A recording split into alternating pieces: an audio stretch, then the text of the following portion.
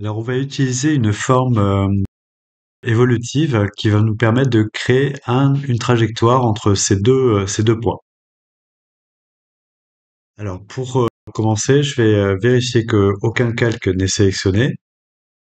Ensuite, je vais prendre cette fois-ci la plume. Je vais zoomer. Alors, on va partir du centre ici.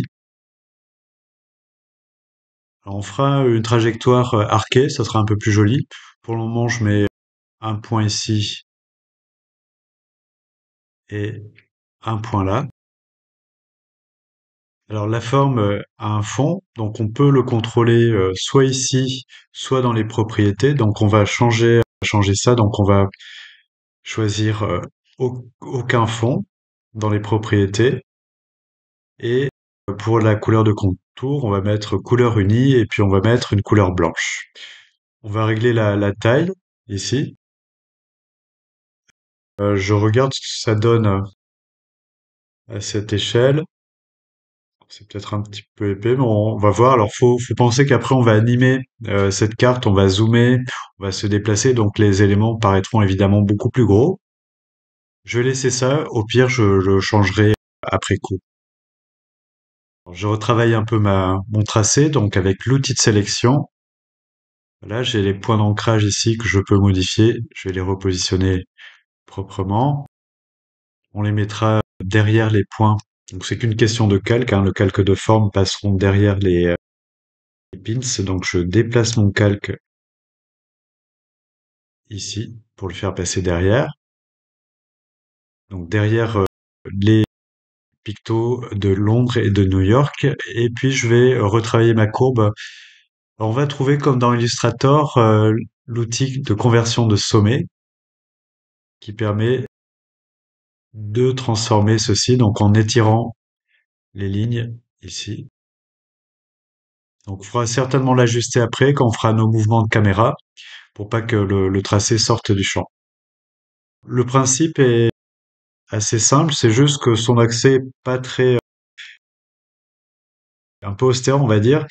C'est mon calque de forme est ici, donc je vais le renommer en faisant un clic droit parcours.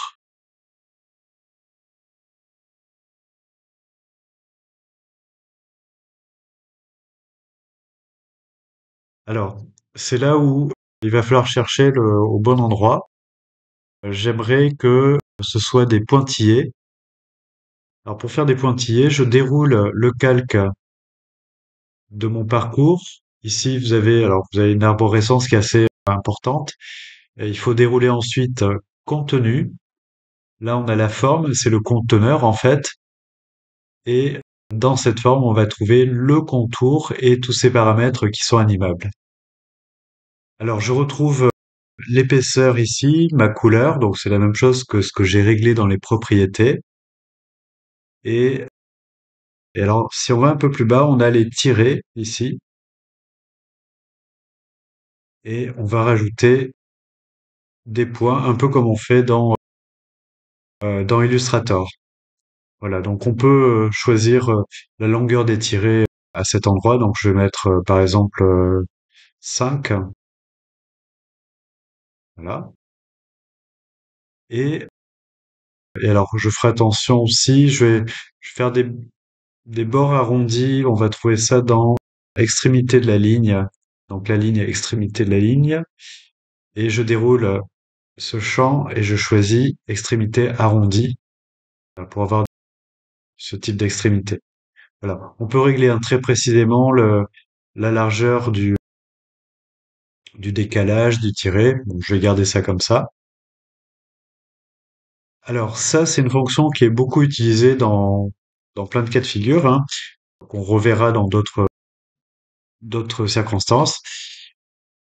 Je vais faire évoluer le tracé. Alors le principe, c'est que déjà, on n'a pas ce qu'il faut ici pour animer le déroulement de ce tracé-là. Donc il faut aller le chercher vous voyez, quand je remonte un peu plus haut, quasiment sur la ligne contenue de ma forme ici, je vais trouver ajouter. Ajouter me permet de rajouter une animation, un type d'animation. Et cette fonction, qui est très importante et beaucoup utilisée, s'appelle réduire les tracés.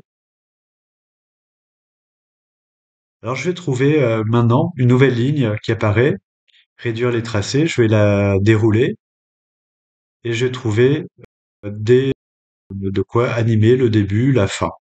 On va regarder déjà comment il se comporte. Là, on part des années 1930, donc et on va arriver dans les années 50-70 ici. Donc il faudrait que le tracé démarre ici et se déroule dans le sens de Londres vers New York. Alors, on observe ce qui se passe quand je change, change ceci. Vous voyez? Donc ça, c'est le début. Alors ça dépend comment vous avez tracé votre courbe en fait.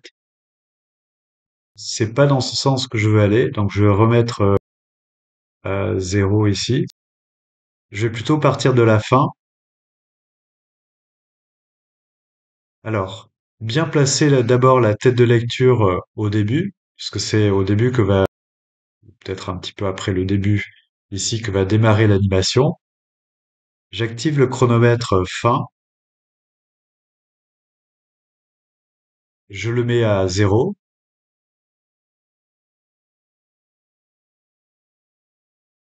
et je vais aller vers mon deuxième chapitre, donc à 5 secondes plus loin. Donc, grâce à mes repères, mes marques de repères que j'ai mises tout à l'heure. Et je remets ici 100%. Donc l'ordre est bien important, hein. C'est d'abord on déplace la tête de lecture et après on modifie la valeur. Voilà, donc on regarde ce que ça donne. On va voir ce type de choses, un très classique en motion design, hein, qui peut être complètement détourné aussi pour des choses plus actuelles.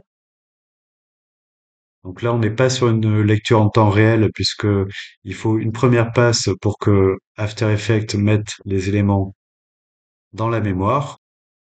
Et c'est vraiment la deuxième passe qui va me donner une vitesse. Voilà. C'est une vitesse que l'on va régler après coup, hein, en modifiant l'éloignement entre ces deux clés. Alors on peut par contre améliorer un petit peu le mouvement, c'est-à-dire mettre une interpolation, c'est-à-dire un adoucissement entre le début et la fin. Pour ça, je vais sélectionner mes deux clés et je vais faire un clic droit et je vais dans Assistant d'image clé et faire un lissage des vitesses. Le raccourci, c'est F9. C'est vrai que c'est un peu long pour y accéder. Et je vais retravailler ça avec les courbes, donc dans l'éditeur graphique. Je clique sur l'éditeur graphique, l'icône de l'éditeur graphique. Pour bien visualiser la courbe dans son ensemble, je vais cliquer sur l'icône Adapter le graphique à la vue. Voilà. Donc la progression va se faire, on va dire, progressivement. Donc je vais retravailler ma courbe d'arrivée ici.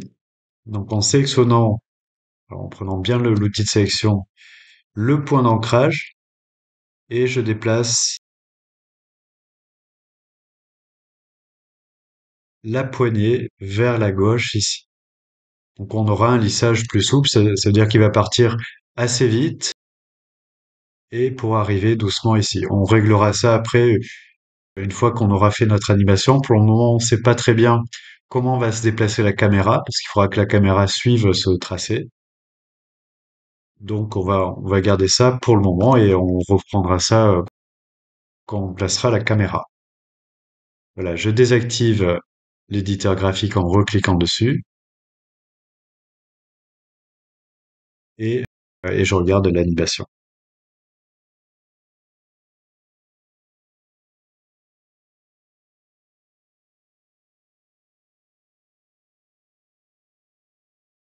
Voilà. Là, on n'est pas sur une lecture en temps réel. On perçoit qu'il ralentit à la fin. C'est sur la deuxième lecture que je verrai la vitesse réelle. Tout ça, ça sera réadapté évidemment. Voilà, ça fait une arrivée progressive ici qu'on améliorera après par la suite. Donc ça sert à beaucoup de choses, hein. Ça sert également à révéler du texte aussi, faire en sorte que du texte se révèle derrière un masque. On verra ça plus tard. On peut animer des logos avec ça, et donc là, dans ce cas-là, on peut parfaitement animer un trajet en train de se faire. Donc là, le trajet va symboliser simplement le temps, en fait, le temps et le déplacement géographique en partant de 1930 ici à 1950 ici, qui fera la transition avec la prochaine séquence des années 70. Voilà. On peut à ce niveau, par exemple, changer un petit peu les couleurs. Je vais, je vais replier mon calque. Alors c'est U au clavier.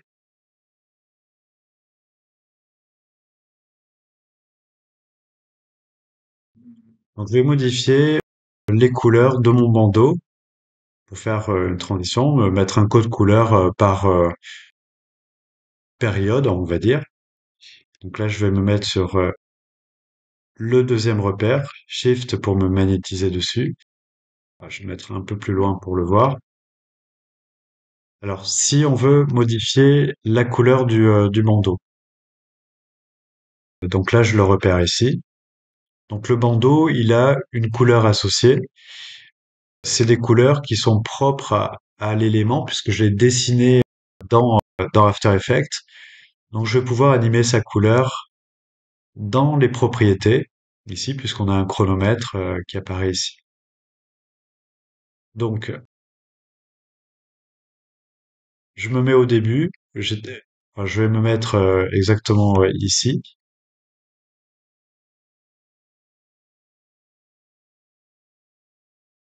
Ici, j'active le chronomètre.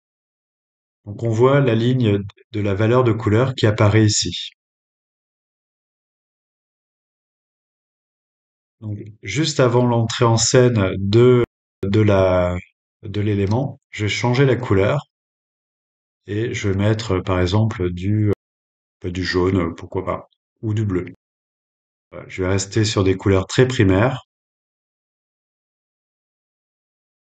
Donc on voit l'évolution ici. Donc j'arrive sur du bleu à cet endroit. On pourrait faire de même pour le texte, mais bon, je vais laisser ça en blanc, ce sera plus simple.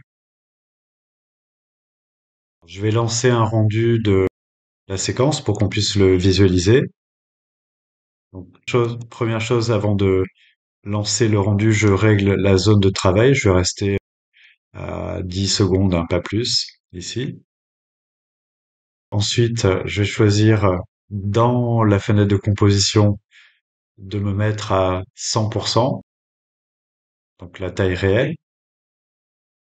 Et pour prévisualiser, je vais cocher écran entier. Comme ça, lorsque je vais appuyer sur la barre espace, je passerai directement sur l'écran en taille réelle. Alors, il y a encore un rendu, on n'est pas sur une lecture en temps réel. Là, on y est. Donc là, il est revenu en arrière. Alors, ça reste encore très statique, hein. On va animer ça. On pourra animer aussi les couleurs, hein. Passer du rose au bleu, par exemple, pour coller aux couleurs ici. Et puis surtout, ce qui va amener de l'animation, mais c'est la prochaine étape en fait, c'est le mouvement de caméra que je vais faire sur ces zones pour me focaliser dans un premier temps sur la Grande-Bretagne et dans un deuxième temps sur les États-Unis en essayant de suivre autant que possible le parcours du trajet.